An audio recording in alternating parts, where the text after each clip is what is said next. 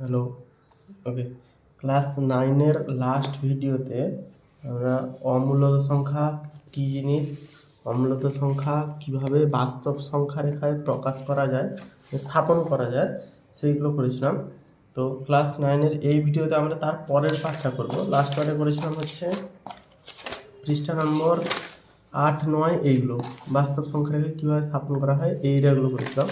তো এটার পরে এই পার্টটা করব মূলত সংখ্যা রেখা সম্পর্কে কিছু, মূলত সংখ্যা রেখা হচ্ছে পৌনঃপুনিক সম্পর্কে কিছু জানবো, অমূলত সংখ্যা সম্পর্কে আর একটু ডিটেলসে জানবো কিছু এই পার্টটা।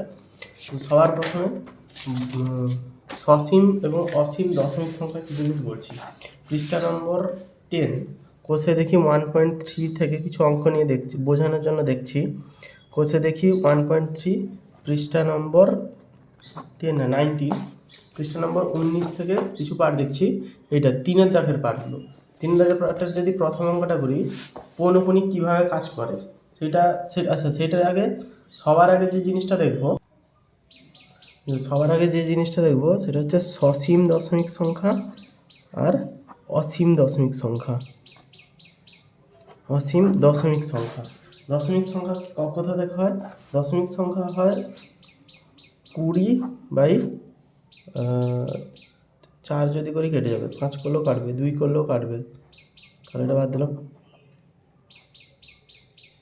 23/5 এটা যদি নিই, 20 যদি 5 করি, 5/4 তাহলে এটা মূলত সংখ্যা হচ্ছে, নর্মাল স্বাভাবিক সংখ্যা হচ্ছে। তো দশমিক সংখ্যা যেটা হচ্ছে, দশমিক সংখ্যা এইখান থেকে করছি 23/5, এটা হচ্ছে মূলত সংখ্যা। এটাকে যদি আমরা দশমিক সংখ্যায় প্রকাশ করি কীরকম হবে? 23কে ভাগ করব 5 দিয়ে, 5×4 20, 3 নামবে, দশমিক নিলে 0 আসবে, 5×6 30, জাস্ট কেটে গেল ভাগটা, দশমিক নিলে 4.6। অথবা যদি 23/7 করি এখানে, 23/7 করি এখানে, তাহলে এটা হবে কত? 23/7 না, 20/3 করছি, বোঝাতে সুবিধা হবে। 20/3 করি, তো ভাগটা কেমন হবে? 20, 3×6 18, 2 নামবে, দশমিক নিলে 0, 3×6 18, 2 নামবে, দশমিক নিলে 0, 3×6 18, আবার 2 নামবে, এমনি করে করে বারবার 2 নামতে থাকবে, বারবার চলতে থাকবে, এটা হচ্ছে অসংখ্য পর্যন্ত যাবে। তো এই সব দশমিক সংখ্যাগুলো হলো অসীম দশমিক সংখ্যা। 6.666 ... কথার অর্থ চলতে থাকছে। তো এক্ষেত্রে আসন্ন মানের অঙ্কতে করেছিলাম 5, 6, 6, 7 ছিল যত সম্ভব, 6.67 করে নিয়েছিলাম, ঠিক আছে। আর যখন পৌনঃপুনিক অঙ্কতে করেছিলাম তখন করেছিলাম 6.6, যেই 6টা বারবার আসছে সেই 6টার মাথায় একটা বিন্দু দিয়ে দিয়েছিলাম, যার নাম হয়েছিল পৌনঃপুনিক। পৌনঃপুনিক কথার অর্থ তাহলে কী দাঁড়াচ্ছে?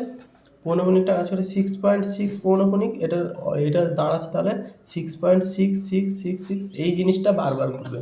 যদি পৌনঃপুনিক এইভাবে থাকে, 6.711 এর মাথায় পৌনঃপুনিক থাকে, তাহলে এটা হবে 6.71111 করে চলতে হবে। অসংখ্য পরিমাণে 1 আছে, এই কারণে 1-এর মাথায় পৌনঃপুনিক থাকে। তো সসীম দশমিক সংখ্যা হচ্ছে এই জিনিসটা যেটা পৌনঃপুনিক লাগে না, অর্থাৎ এইটা না, এটা অসংখ্য চলতে থাকছে কিন্তু এর নির্দিষ্ট 6তেই গিয়ে শেষ হয়ে গেছে। আর অসীম দশমিক হচ্ছে যার কোনো সীমা নেই, তা হচ্ছে অসীম দশমিক সংখ্যা। তো এই দশমিক সংখ্যাগুলো অসংখ্য হতে পারে, কিন্তু এগুলো মূলত সংখ্যা না, তার কারণ এটা কোনো না কোনো একটা ভগ্নাংশের মতো p/q আকার থেকে এসেছে। এটার p/q 20/3। তো একটা উদাহরণ যদি এরকম দেয় যে 6.666 অসংখ্য দশমিক থেকে এসছে, সেটা এটা যে মূলত সংখ্যা, এটা কিভাবে প্রমাণ করবে? তো 6.6 পৌনঃপুনিক দিয়ে দিবে সে, এটা দিবে না সরাসরি। তো এটা স্বাভাবিক চোখে যদি দেখা যায়, মূলত সংখ্যা অমূলত সংখ্যা সম্পর্কে ধারণা না থাকে সঠিকভাবে, তাহলে এটা অমূলত সংখ্যাই বলে দিবে।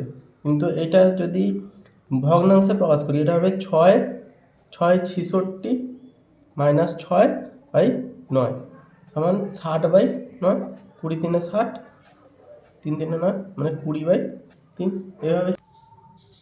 এক্ষেত্রে কোন ভগ্নাংশ সসীম হবে বা কোন এটা হচ্ছে আমরা ভগ্নাংশ থেকে দশমিকে প্রকাশ করলাম।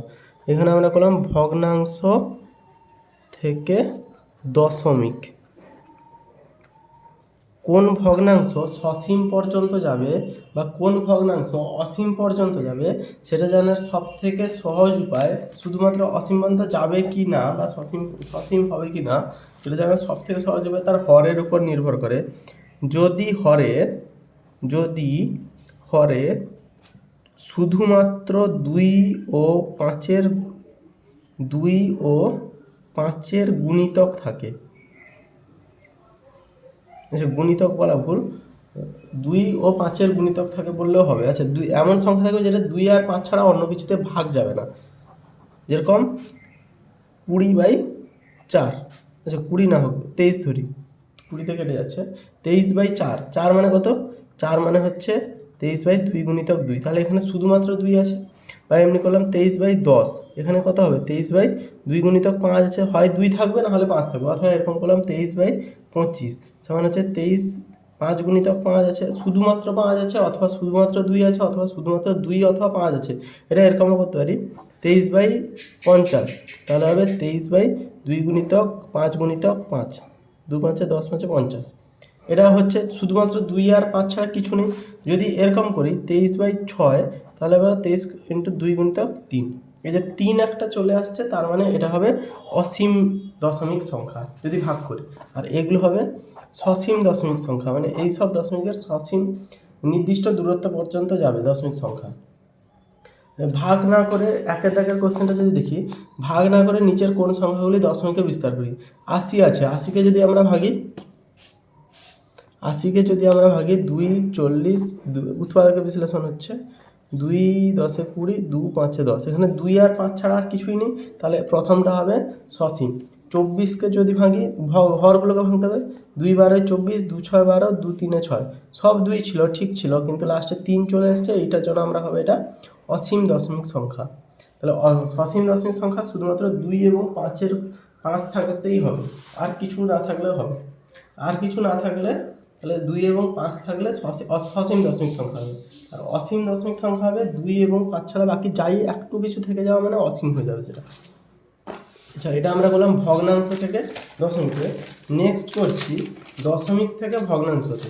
দশমিক থেকে ভগ্নাংশ সবাই জানে, দশমিক থেকে ভগ্নাংশতে হচ্ছে মনে করি 1.5 আছে, তো এক্ষেত্রে কী করা হয় দশমিক থেকে ভগ্নাংশতে, এটা নর্মাল নিয়মটা আগে বলে দিচ্ছি, 15/দশমিকের জায়গায় 1 বসবে, যতগুলো সংখ্যা আছে তারপরে ততগুলো শূন্য বসবে, এটা যদি কাটাকাটি হয় 5 থেকে 15, 5 × 10, উত্তর হবে 3/2। জাস্ট এটা নর্মাল দশমিক থেকে ভগ্নাংশে। কিন্তু এই ভিডিওতে নর্মাল দশমিক থেকে ভগ্নাংশ না করে আমরা পৌনঃপুনিক দশমিকগুলো থেকে ভগ্নাংশ পর্যন্ত করব। সবার প্রথমে একে দেখি, 3 দাগের 1 নম্বর কোশ্চেনটা করছি, বইয়ের পৃষ্ঠা নম্বর 19, 3 দাগে 0.3 মাথায় পৌনঃপুনিক আছে। 3 দাগের 1 নম্বর কোশ্চেনটা করছি, 0.3 পৌনঃপুনিক সমান 3/9 হবে। আচ্ছা এখানে কী হয়, দশমিকের জায়গায় 1 বসে তারপরে 0 বসে, কিন্তু নিচে কী হয় পৌনঃপুনিকের জায়গায় 10 বা 1 না বসে 10 বসে, নর্মালি মিনিমাম তো একটা 10 বসবে, 1-এর পরে একটা মিনিমাম থাকবে, নাহলে দশমিকের কোনো গুরুত্ব থাকবে না। তো 1-এর পরে একটা 0, তার মানে 10 বসে বেসিক্যালি মিনিমাম। তো এখানে পৌনঃপুনিকের জায়গায় কী বসে 9 বসছে, যেরকম 3 মাথায় পৌনঃপুনিক আছে মানে ততগুলো 9 সমান হবে 1-এর 3, কাটাকুটি করলে 3-একে 3, 3-একে 3, 3-একে 3, 3 3 9। পৌনঃপুনিক বসে যত দশমিকের পরে যতগুলো সংখ্যার মাথায় পৌনঃপুনিক আছে ততগুলো 9 বসে, যেরকম 1.3 3-এর মাথায় পৌনঃপুনিক আছে, তাহলে এটা কি ধরবো 13 ধরবো, এটা ধরবো 13, এখানে যেরকম পুরোটাকে 15 ধরেছিলাম এখানে 13 ধরবো। তো পৌনঃপুনিক আছে দশমিকের পর থেকে, নিচেরটা হিসাব হবে দশমিকের পর থেকে, এখানে যেরকম নিচেরটা হিসাব হয়েছে দশমিকে 1 বা দশমিকের পরে যতগুলো আছে 0, সামনেরটা হিসাব হয়নি। তো এখানে সেম কেস, দশমিকের পরে যতগুলো সংখ্যায় পৌনঃপুনিক আছে ততগুলো 9 বসবে, তো 9 বসলো, কিন্তু ওপরেরটা কী হয়েছিল পুরোটা, ওপরে পুরোটা হিসাব হয়েছিল 1.5, এখানেও পুরোটা হিসাব হয়েছিল, কিন্তু আরেকটা হিসাব আছে এখানে যতগুলোর মাথায়, উপরেরটাকে যখন উপরটা বসাবো এটা পুরোটাকেই ধরতে হচ্ছে। তো 13 যতগুলোর মাথায় পৌনঃপুনিক নয় তত বিয়োগ হবে, যেরকম এখানে 1-এর মাথায় পৌনঃপুনিক নয়, তাহলে 1 আমার বিয়োগ হয়ে যাচ্ছে, তাহলে 13 বিযুক্ত 1 মানে 12/9, 3 4 12, 3 3 9 সমান উত্তর হলো 4/3। সেম কেস তারপরে 0.54টাকে দেখছি, 0.54, 4-এর মাথায় পৌনঃপুনিক, তাহলে এটা হবে ওপরে যা আছে বসাবো এই নিয়ম অনুযায়ী, তাহলে 54/9 9 বসাবো। আচ্ছা, দশমিকের পরের হিসাব হবে এবারে। এখানে দশমিকের পরে যতগুলো সংখ্যা আছে ততগুলো 9 বসছে, দশমিকের পরে পৌনপুনিক বেলা যতগুলো সংখ্যা আছে ততগুলো 9 বসছে, একটাই আছে 4, তার জন্য 9 বসছে। আচ্ছা, যতগুলোর মাথায় পৌনপুনিক নেই দশমিকের পরে, হর হবে দশমিকের পর থেকে হিসাব। এই জিনিসটা মনে রাখতে হবে, হর হবে এই সব পৌনপুনিকের ক্ষেত্রে হর হবে দশমিকের পরের থেকে হিসাব, লব হবে পুরোটার হিসাব। এখানে হর করছি আমি আগে, দশমিকের পরে 9 বসছে, যতগুলো মাথায় পৌনপুনিক আছে। কটার মাথায় পৌনপুনিক নেই? এটার মাথায় পৌনপুনিক নেই, তাহলে ততগুলো শূন্য বসবে। এখানে যেরকম যতগুলো সংখ্যা ততগুলো শূন্য, এখানে যতগুলো পৌনপুনিক নেই ততগুলো শূন্য, তাহলে উত্তর হলো 90। কিন্তু এটা উত্তর হয়নি এখনো। বিযুক্ত, এটা পুরোটা থেকে যতগুলোর মাথায় পৌনপুনিক নেই, এখানে 05, 05 মানে আমরা 5 লিখবো, তাহলে 5, 05, বাম পাশে শূন্য তো থাকে না, তাহলে 5 লিখলাম, তাহলে এটা হবে উত্তর 49/90। 5 বিভাগ হলো। সেম কেস 0.34, তারপরটা 4 দিকটা আছে 0.34, দুটো মাথায় যদি পৌনপুনিক, এটা সব থেকে সহজ। 34 উপরে হবে, এর মাথায় পৌনপুনিক মানে বাই বিযুক্ত 0, তো হবে না, বিযুক্ত 0 লেখার দরকার নেই, বাই 99, দুটোর মাথায় পৌনপুনিক আছে, তাই দুটো 9 বসে গেল। 3.14, এটা করছি 3.14, দুটো মাথায় পৌনপুনিক আছে, এটা কী হবে? দাগ টানবো, যা আছে আগে 314 লিখে দেবো, কোনো সমস্যা নেই। দশমিকের পরে যতগুলোর মাথায় পৌনপুনিক আছে ততগুলো নয়, দশমিকের পরে দুটোর মাথায় পৌনপুনিক, দুটো 9 বসে।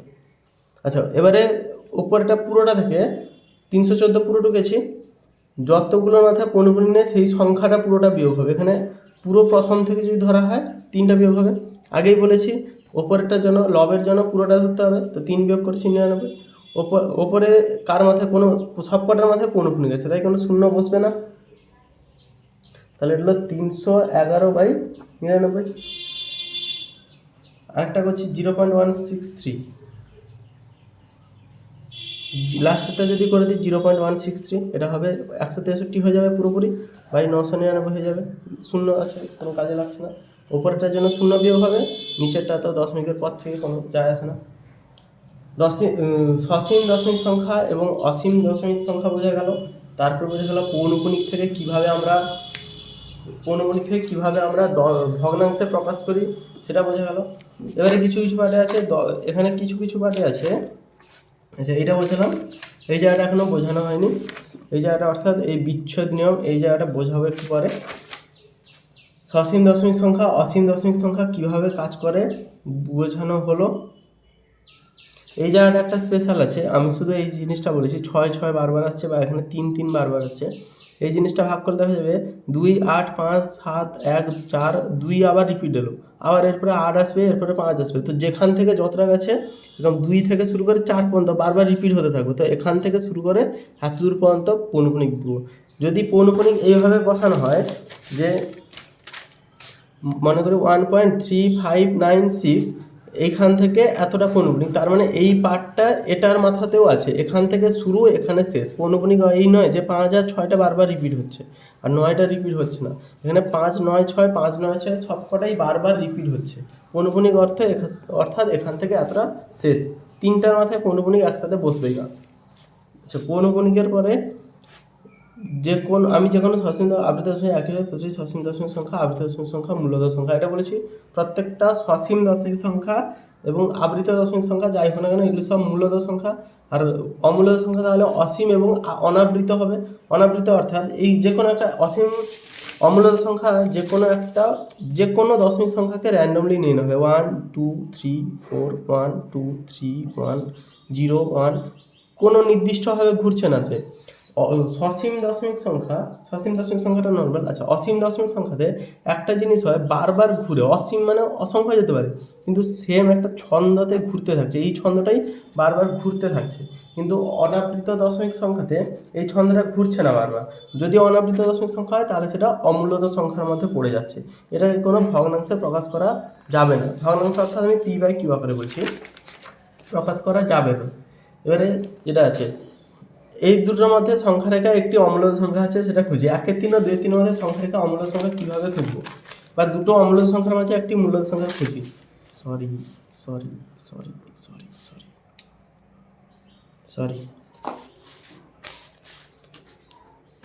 1 3 ও 2 3, আচ্ছা, দুটি অমূলত সংখ্যার মাঝখানে একটি মূলদ সংখ্যা খোঁজা হবে, অথবা দুটি মূলদ সংখ্যার মাঝখানে একটি অমূলদ সংখ্যা খোঁজা হবে। কীভাবে খুঁজব? দুটি মূলদ সংখ্যার মাঝখানে একটি অমূলদ সংখ্যা খুঁজবে। এটা দুটি মূলদ সংখ্যা, এর মাঝখানে অমূলদ সংখ্যা খুঁজবো কীভাবে? অমূলদ সংখ্যা মানে সেটা অবশ্যই ভগ্নাংশে প্রকাশ করা যাবে না, মানে ভগ্নাংশ হবে না, নর্মাল ভগ্নাংশ। এটাকে আমরা দশমিক সংখ্যায় প্রকাশ করবো। 1/3 মানে কত? 1/3 কথার অর্থ হচ্ছে, 1কে 3 দিয়ে ভাগ, দশমিক নিলাম 0 3 3 9, 1 নামলো 0 3 3 9, এমনি করে চলতে হবে।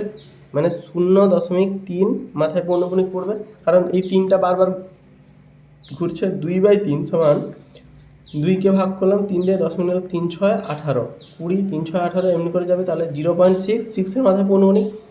তো এইটা বারবার ঘুরছে। এই দুটোর মধ্যে অমূলদ সংখ্যা হবে, এর থেকে বড় হতে হবে, এর থেকে ছোট হতে হবে। 0.3 এর থেকে বড় সংখ্যা 0.4, কমপ্লিট হয়ে গেল। কিন্তু এটাকে অমূলদ করতে হবে, তাহলে 5 4 6 1 2 9, নিজের ফোন নাম্বার লিখে দিলেও সমস্যা নেই, যা মন চায় তাই লেখা যায় এখানে।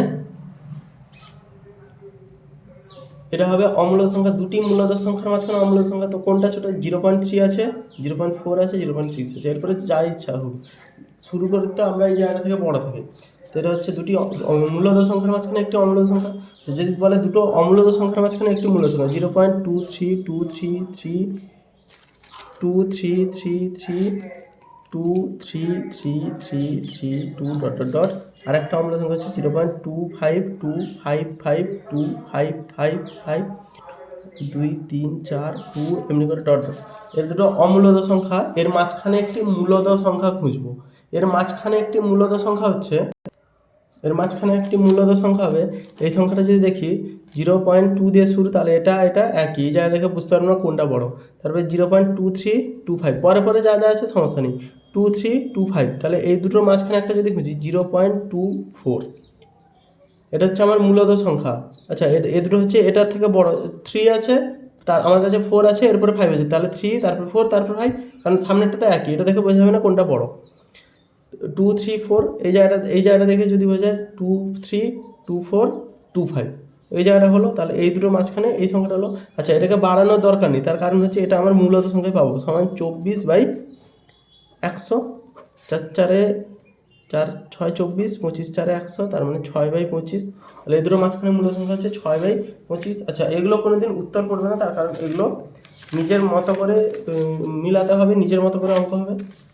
আচ্ছা, এখানে কিছু নিয়ম আছে, এই নিয়মগুলো অবশ্য আগে অনেক পড়া আছে, 8 থেকে 8-এ 7-এ পড়া আছে, তাও এই জায়গাটা কিছু আছে বলতে হবে। a + b + c, a + b + c, মানে আগে এটাকে যোগ করা যাক বা আগে এটাকে যোগ করা যাক, যাই হোক না কেন উত্তর সবসময় একই থাকবে যোগের ক্ষেত্রে, তাই এটাকে বলে যোগের সংযোগ নিয়ম। এর বিপরীতে আছে গুণের ক্ষেত্রে গুণের সংযোগ নিয়ম, যেটাকে আগে গুণ করা হোক একই উত্তর আসবে। a + b যা b + c যা, এটা যোগের ক্ষেত্রে এদিক সেদিক করা যেতে পারে পাল্টাপাল্টি, গুণের ক্ষেত্রেও সেম কেস।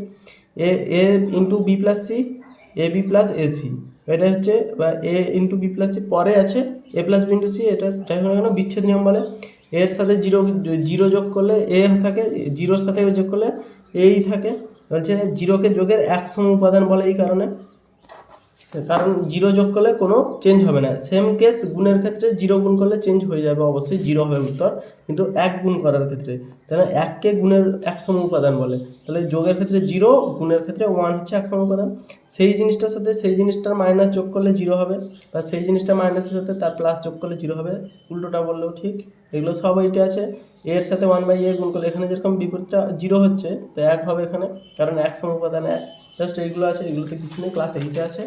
এতটাও গুরুত্বপূর্ণ অবশ্যই, কিন্তু বলার মতো কিছু না। এই পার্টটা একদম ছোট, এই অঙ্কগুলো সহজ আছে। এই যে আছে, এই দুটো সংখ্যার মধ্যে মূলদ সংখ্যা খুঁজি। 2 আছে 3 আছে, দেখা যাচ্ছে তো, 2 আছে 3 আছে, তারপরে এখানে 2 আছে 1 আছে, তাহলে ছোট হচ্ছে কোনটা? এটা ছোট, কারণ এখানে 1 আছে, এখানে 3 আছে। এর মাঝখানে 0.22 যদি করে রেখে দিই, তাহলে হবে সেটা মূলদ সংখ্যা। এটাকে 22/100, 22/100 মানে 11/50, জাস্ট মূলদ সংখ্যা হলো। অমূলদ সংখ্যা মানে কোনো ভাবার দরকার নেই। এখানে একটা স্পেশাল কেস, পাই এবং 22/7, পাই এবং 22/7 কোনটা মূলদ? পাই মানে আমরা পাইয়ের মান জানি কত, 22/7, তাই অনেকে সেটাকে মূলত ভাববে, কিন্তু পাই অ্যাকচুয়ালি অমূলত সংখ্যা, কিন্তু 22/7টা যদি বলা হয় 22/7 তখন সেটা হচ্ছে মূলত সংখ্যা। এই জিনিসটা ট্রিকি কোশ্চেন আছে, স্পেশাল কোশ্চেন, মাথায় রাখা ভালো। নেক্সট চ্যাপ্টারে আমরা সূচকের নিয়মাবলী করবো। সূচক আরও সহজ চ্যাপ্টারের থেকে।